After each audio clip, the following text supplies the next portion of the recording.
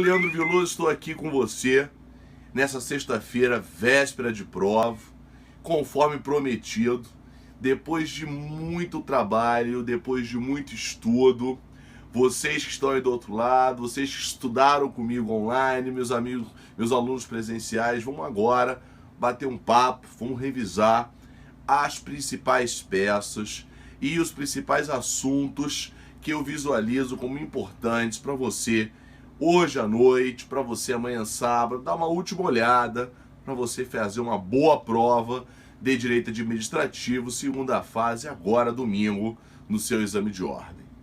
Bom, conforme prometido, eu visualizo como uma boa peça administrativa, com bastante linguagem jurídica, com bastante teoria jurídica, a ação de conhecimento indenizatória por danos materiais e morais. A famosa ação indenizatória, como a gente sempre falou, ela é aquela tradicional ação que só cabe na primeira instância, é aquela tradicional ação que visa a responsabilidade civil do Estado, cujo prazo prescricional é de 5 anos, lá no decreto 20.910 de 32.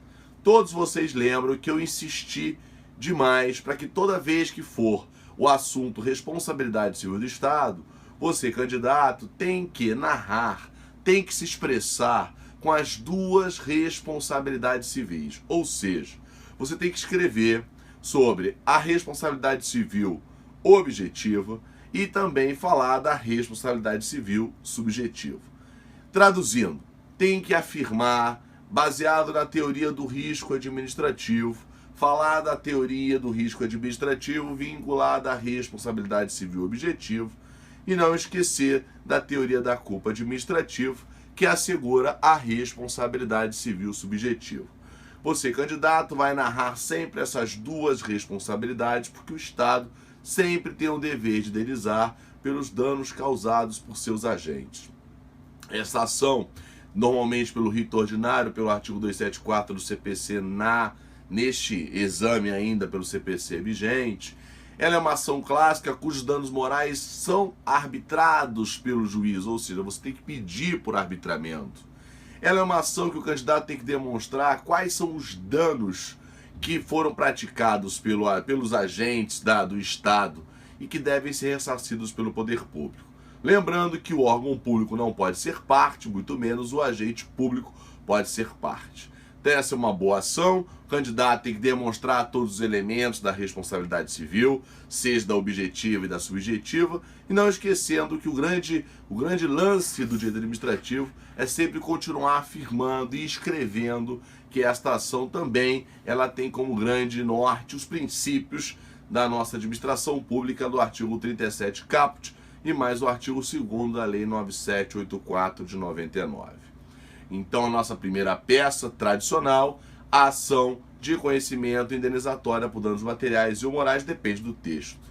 Não esqueça que esta ação é baseada no artigo 37, parágrafo 6º da Constituição, também vinculado ao Código Civil, artigo 47, artigo 186, artigo 187, artigo 188, 927 até 954 do Código Civil. Tudo no nosso livrinho de peça, que você já está acostumado, tem lá o roteirinho tranquilo. O mais importante é você narrar com objetividade e narrar com clareza todos esses dispositivos legais, com todas essas responsabilidades. Feita esta ação, não podemos também deixar de falar, eu também gosto muito da contestação. A peça contestação, amarrada ao devido processo legal e à ampla defesa, artigo 5º, inciso 54 e 55 da Constituição, vinculado ao artigo 300 do CPC, ela pode acontecer em qualquer demanda judicial. A contestação ela é um meio de defesa muito importante. Por quê? Porque provavelmente uma boa contestação tem alguma preliminar. Uma preliminar do artigo 267, ou uma preliminar meritória ou prejudicial meritória, como dizem alguns processualistas, do artigo 269 do CPC. Então não esqueça, uma boa preliminar 267 é a ilegitimidade de parte ou falta de interesse de agir. E o 269 do CPC vigente tem prescrição em decadência. como trabalhamos sempre o contexto de prescrição administrativa e decadência do direito administrativo, então uma contestação com preliminar é sempre bom lembrar que pode existir. A contestação, ela sempre vai ser delimitada, onde o candidato tem que observar todas as teses possíveis e imaginárias. Vamos pensar numa contestação de uma ação de cobrança, de eventual pleito de reequilíbrio econômico-financeiro. Se existe alguma empreiteira determinando um pleito de algum reequilíbrio econômico-financeiro, a administração pode contestar, dizendo de que maneira? O que ela vai ter que contestar? Que não há nenhum motivo de reequilíbrio para garantir aquela revisão. Ou seja, a questão vai te induzir expressamente a esse contexto. Não esqueça que reequilíbrio econômico-financeiro é um tema muito importante para a sua prova, que são os contratos públicos. Artigo 65, inciso 2, a linha D de dado da Lei 8666, é um artigo muito importante para a sua prova. Voltando na contestação, o candidato tem que fazer o pedido expresso das preliminares, requerendo a extinção do processo sem a resolução do mérito para a preliminar 267, lá antes de fazer o pedido da improcedência da ação. Depois, quando você, caso tenha algum pedido do 269, alguma prescrição ou decadência, também tem que fazer o pedido específico da extinção do processo com a resolução do mérito pela prescrição ou decadência. E ao final pedir, obviamente, isto posto, requer-se digno Vossa Excelência, a improcedência da demanda, a improcedência dos pedidos, a improcedência daquela ação. Tem que dizer por quê, tem que dizer por quais artigos e por todos os motivos elencados. Não faça um pedido muito genérico. A banca quer saber se você sabe fazer pedido. Ela quer que você demonstre o porquê de uma boa contestação, o porquê que está contestando. Quais são os reais motivos da sua defesa. Ao final, protesto por provas e peça também o ônus de sucumbência. Contestação é uma boa peça no qual você vai estar do outro lado, ou a favor do Estado ou contra o poder público. Direito administrativo, você está ou a favor da administração ou contra a administração. Uma outra peça interessante que eu queria relembrar pode ser um recurso. Vamos falar de apelação.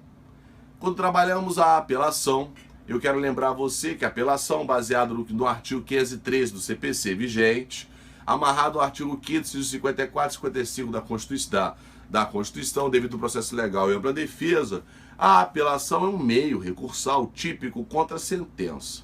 Sentença de juízo de primeiro grau. Então, obviamente, a sua demanda vem sempre de uma sentença com extinção do mérito ou sem extinção, com resolução ou sem resolução do mérito, baseado em decisão de juiz. Então, as apelações sempre vão vir de sentença. Não existe em direito administrativo apelação que não vem de sentença. Obviamente, se a sentença vier de juizado federal ou de juizado da Fazenda Pública, a gente tem que pensar que o recurso é recurso nominado. A nossa apelação clássica, ela tem pedido de interposição e ela tem pedido de razões. Então, o pedido de interposição e o pedido de razões, você vai fazer no mesmo material da sua folha do texto definitivo. Não vai pular linha, não vai exagerar, deixar muitos espaços no seu texto definitivo, porque você não tem muito espaço. Vai fazer a petição de interposição, onde você vai delimitar a qualificação do recorrente, do recorrido e para onde vai ser processado e julgado o seu recurso. Obviamente, a gente trabalha com dois grandes tribunais, Tribunal de Justiça ou Tribunal Regional Federal. A nossa apelação, a petição de razões ou petição de contrarrazões, também segue o roteirinho do artigo 513 do CPC. Então você vai ter dois grandes tópicos, onde você vai delimitar os fatos, vai narrar que a matéria é uma matéria objeto daquela apelação e você vai ter que se colocar na posição ou do recorrente ou do recorrido, no qual quer modificar uma parte interessada daquela sentença. Bom, eu falei de uma inicial, da contestação e da apelação. No contexto do direito administrativo, no nosso exame de ordem, eu também gosto muito da ação indenizatória por desapropriação indireta, uma boa peça para a prova, porque essa história de que direito administrativo só cabe em mandado de segurança está muito batida. A gente sabe muito bem que a banca não quer que você, candidato, saiba fazer só mandado de segurança. E a gente sabe que, além do mandado de segurança que eu falarei, vamos falar um pouquinho agora da ação indenizatória por desapropriação indireta. Essa tradicional ação indenizatória por desapropriação indireta é aquela tradicional ação que se amarra e se vincula ao artigo 35, lá do Decreto-Lei 3365 de 41. Esta demanda é aquela situação fática onde o poder público desapropria de fato um imóvel sem antes ter realizado uma grande desapropriação ordinária. Não desapropriou nada, ele simplesmente pegou o imóvel do Caio e determinou naquele lugar uma utilidade pública. É aquilo que o artigo 35 diz. Quando um imóvel já está incorporado à fazenda, não há que se pensar em reivindicar. Você não consegue reivindicar mais. Então, por isso, a gente trabalha com a desapropriação indireta. A jurisprudência determina para nós que a desapropriação indireta é com ou sem apossamento. Se a desapropriação indireta é com apossamento administrativo, é óbvio que o Estado se apossa fisicamente do bem. E a desapropriação indireta, ela se resolve com perdas e danos. Acrescida dos dois juros do artigo 15A e 15B, lá no Decreto-Lei, e honorários advocatícios do artigo 20 do CPC. Portanto, no seu mérito, tem que aparecer você escrevendo que se resolve com perdas e danos, você tem que narrar os dois juros que serão acrescidos ao valor indenizatório e os honorários do CPC. Obviamente, narrar que houve uma desapropriação indireta, que o Estado não desapropriou antes, deveria ter desapropriado, não desapropriou, que violou o devido processo legal, que violou a ampla defesa, que deveria ter desapropriado, não desapropriou, e que violou, obviamente, o direito de propriedade. E quando falar em violação do direito de propriedade, galera, tem que colocar todos os artigos de direito de propriedade. Você tem que mostrar para a banca que você conhece o direito de propriedade. Tem que mostrar para o examinador que você conhece que a desapropriação indireta ela envolve direito de propriedade.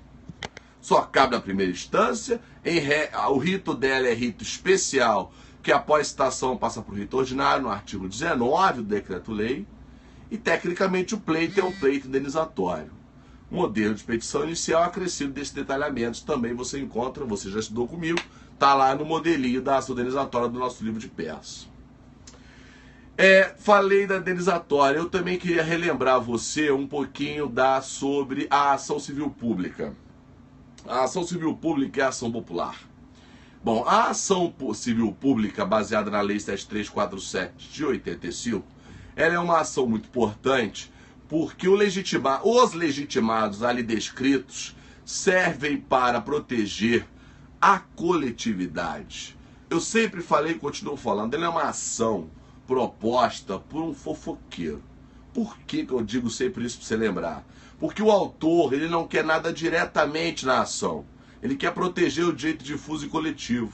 Então você observa no pleito que o legitimado, que é uma pessoa jurídica, ente federativo, entidade, associação ou sindicato, que são os legitimados para sua prova, eles não conseguem ter nada para si, eles querem para a coletividade. Porque eles querem proteger o direito difuso e coletivo.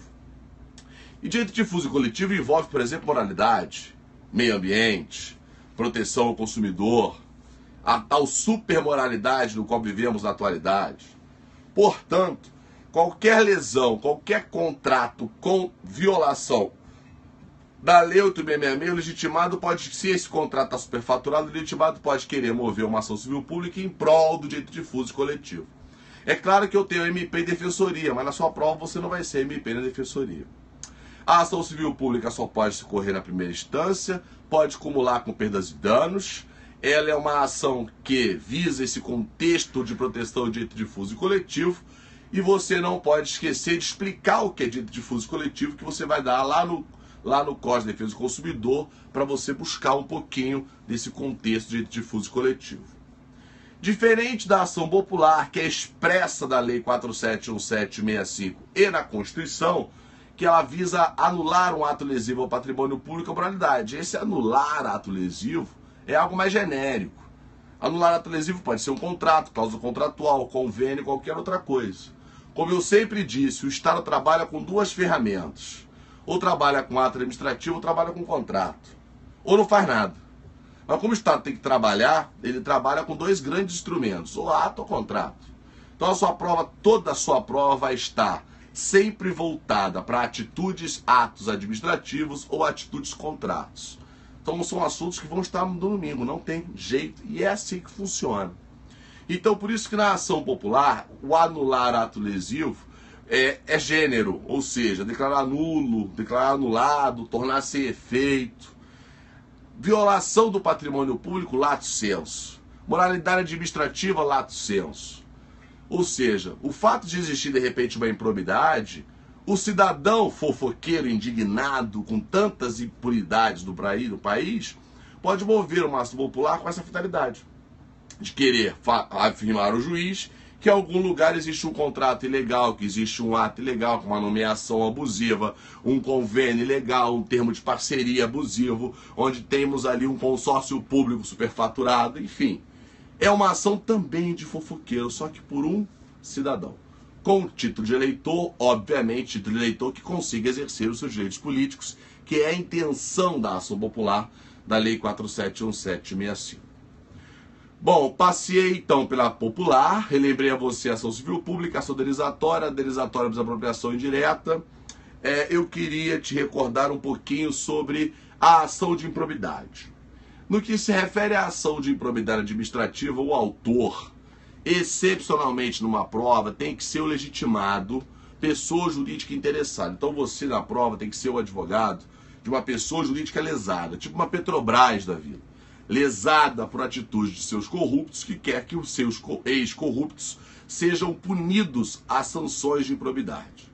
É uma ação que tem procedimento especial, que a liminar dela se encaixa na cautelar de sequestro de bens do seu artigo 16, os atos de improbidade estão no artigo 9, 10 e 11, da mesma lei 8429, e a punição está no artigo 12 lá da mesma lei. É uma açãozinha bem específica para punir o corrupto, ou seja, o agente público ou o particular que esteja em conjunto. Fora essa ação de improbidade, fora a ação popular, a ação civil pública, a tradicional ação ordinária e mandado de segurança. Conforme a última prova, o mandado de segurança clássico visa proteger direito líquido e certo. Direito líquido e certo em direito administrativo é sempre violação de artigo de lei. Ou seja, o que é direito líquido e certo e mandado de segurança para direito administrativo? É artigo de lei. Não é artigo da Constituição, que muitos querem se confundir. Em ADM é mole. Por exemplo, Lei 8666. Violação de Lei 8666 dentro de 120 dias, cabe mandado de segurança. Por quê? Porque é violação de lei. Direito líquido e certo é aquele direito presente numa legislação ordinária. Baseado nesse contexto, o MS tem lei própria, não tem protesto por provas, não tem pedido de honorários, o seu procedimento é bem especificado, onde a citação não existe citação, existe notificação. E a tal prova pré-constituída, por favor, é o direito lesado. O autor impetrante não precisa provar que foi lesado, não precisa provar que está doente para precisar de um remédio. Porque ele não precisa provar. Se ele precisa provar, ele tem que entrar com uma ação ordinária. A juntada de documentação que é necessária no mandado de segurança é só para corroborar que a lesão está comprovada naqueles documentos. Então você vai também, como sempre, no MS, fazer a juntada de documentos, mas não esqueça que a juntada de documentos não é a prova pré-constituída, é só comprovação da prova pré-constituída, porque a prova pré-constituída está na lei, que é a lei que traz o direito que lhe foi violado. Se o direito não for líquido e certo, não cabe mandado de segurança, caberá no máximo uma ação de conhecimento ordinária ou de rito ordinário. Se ultrapassar dos 120 dias, obviamente não cabe mandado de segurança, caberá no máximo a proteção desse direito via ação ordinária. Nós trabalhamos também, eu trabalho também com outras peças interessantes, tipo umas possessórias, uma reintegração de posse, uma manutenção de posse, um interdito proibitório. São ações mais especiais que estão presentes no processo civil, são muito simplórias, não aposto na sua prova. Eu queria também te relembrar que além dessas ações principais, além da contestação, além da apelação, eu tenho o recurso ordinário. O recurso ordinário, na ADM, a gente visualiza duas grandes hipóteses. quais são as hipóteses de ADM que nós enxergamos. Primeiro, recurso ordinário para julgamento no STJ de mandado de segurança denegado no TJ ou no TRF. Quando que mandado de segurança é processado e julgado no TJ? É processado e julgado no TJ contra governador de estado, qualquer governador de estado, ou contra prefeito de capital. Da mesma forma, se esse mandado de segurança for denegado no TJ, e denegado significa denegado, ou seja, nenhum mérito foi apreciado, cabe recurso ordinário para prosjulgamento no STJ. Se for recurso ordinário, se for mandado de segurança, mandado de junção ou habeas data, denegado no STJ por competência lei originária, lá do artigo 105, exemplo, mandado de segurança contra ministro de Estado, competência originária STJ. Portanto, se ele foi ali denegado, cabe recurso ordinário para julgamento no STF. Portanto, recurso ordinário, o modelo do recurso ordinário é igualzinho da apelação, só vai alterar os seus dispositivos, artigo 539 e 540 do CPC, mais a lei 8.038 de 90 lá para julgamento no STF, regimento interno do STJ e do STF para ambos, caso seja necessário, e obviamente mais o artigo 554 e 55 da Constituição, devido ao processo legal e ampla defesa. Também você encontra um livrinho e faz a sua revisão. Bom, passemos pelas principais ações, a contestação, o recurso ordinário. No ambiente das peças, das iniciais, eu queria também lembrar um pouquinho os assuntos principais no ambiente nós temos ainda a famosa lei anticorrupção, que é um assunto tradicional da lei 12.846 de 2013. Faça a sua leitura antes da prova, pode ser que é um assunto interessante, um assunto da atualidade. A gente sabe que é uma legislação muito importante que trabalha com o combate à corrupção e punição das pessoas jurídicas. Lá temos o acordo de leniência, que é possível para que as empresas possam realizar perante a administração pública e perante a Controladoria Geral da União. Temos também a legislação que protege a concorrência através da lei do CAD, a chamada lei antitruste.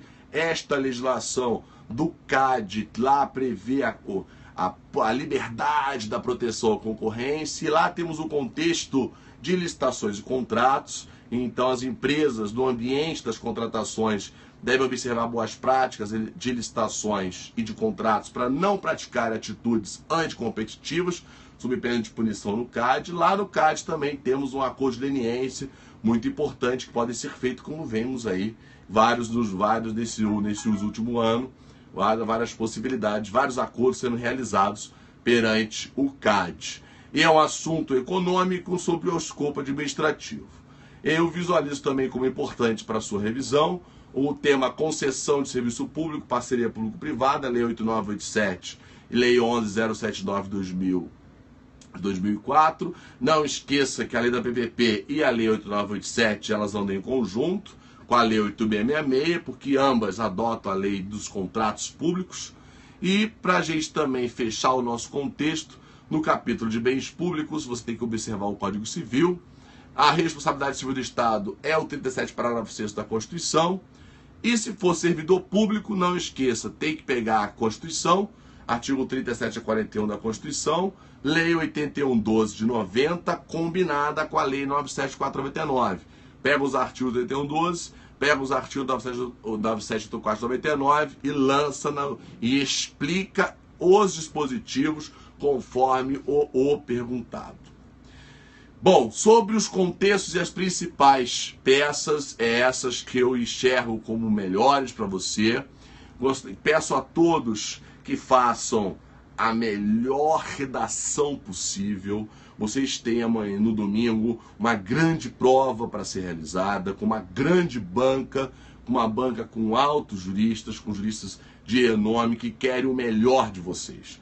Por isso, eu quero que você faça uma bela de uma peça. A peça tem que estar perfeita, sem nenhuma rasura, com a sua melhor grafia, com todos os dispositivos, todos eles explicados, seja detalhista, seja exagerado, seja redundante. Não esqueça da liminar ou tutela, não esqueça que liminar só cabe em qualquer modelo, qualquer tipo de ação. Tutela antecipada, por favor, é o artigo 273. Em direito administrativo, tutela antecipada só cabe nas ações naturalmente ordinárias. Só na ação ordinária, normal, que eu quero antecipar a minha parte do meu pedido, que é possível a tutela antecipada se a questão indicar uma urgência. Se não, vai ser possível, de repente, se numa outra peça, uma liminar. Por exemplo, mandado de segurança, habeas data, ação popular, ação civil pública, ação de probidade, só cabe liminar. Na ação popular há uma divergência, porque ela aplica rito ordinário, mas é liminar, como foi na última prova, porque ela é de procedimento especial. Não tem jeito. As ações naturalmente ordinárias só cabe tutela antecipada, 273 do CPC, conforme vimos a última prova que a banca exigiu. Beleza? Combina o 273 com o 461 do CPC e matou. Tem que explicar literalmente os dispositivos da tutela antecipada. Bom, cansaço bate. E é isso. Eu quero que todos vocês façam, como eu sempre exijo, o melhor, uma bela de uma peça. E as questões, não esqueça, todas as questões vocês têm que começar fazendo aquela historinha, fazendo um resuminho, trata as perguntas que envolvem o assunto X, coloque em todas as legislações daquela pergunta, sobre tombamento, sobre servidão, sobre PPP, sobre concessão, sobre o que for. Depois responda o que a banca te exige. Não se preocupe, coloque de repente um outro dispositivo que você acha adequado. O importante é você falar tudo possível e imaginário. Não seja demasiadamente objetivo, como se fala em faculdade. Ou seja, não seja muito rápido na escrita. Eu quero que você escreva até o final e fique até o último minuto. É isso. Eu quero que você então tenha uma boa prova. Isso vai dar tudo certo. Eu, nos meus 15 anos, aprovei centenas de candidatos. E vai ser esse exame que você vai também conseguir. Obrigado pela atenção. Boa prova a todos. E até domingo. E boa sorte. Obrigado. Fui.